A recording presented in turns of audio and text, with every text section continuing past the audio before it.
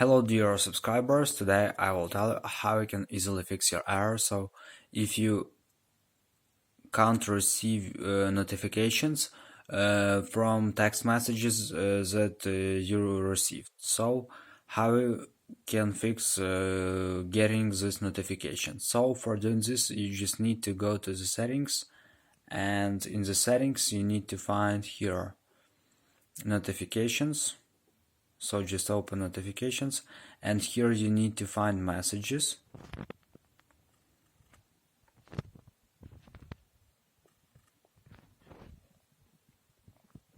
So just find here messages, and just check here if you allow notifications.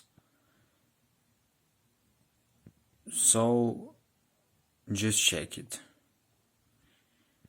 Here you can see how many times it will repeat this notification. Also you can choose once or twice, so it's on your opinion. So this is the way how you can fix this error. So thanks for watching, have a nice day, subscribe to my channel, click like, and goodbye.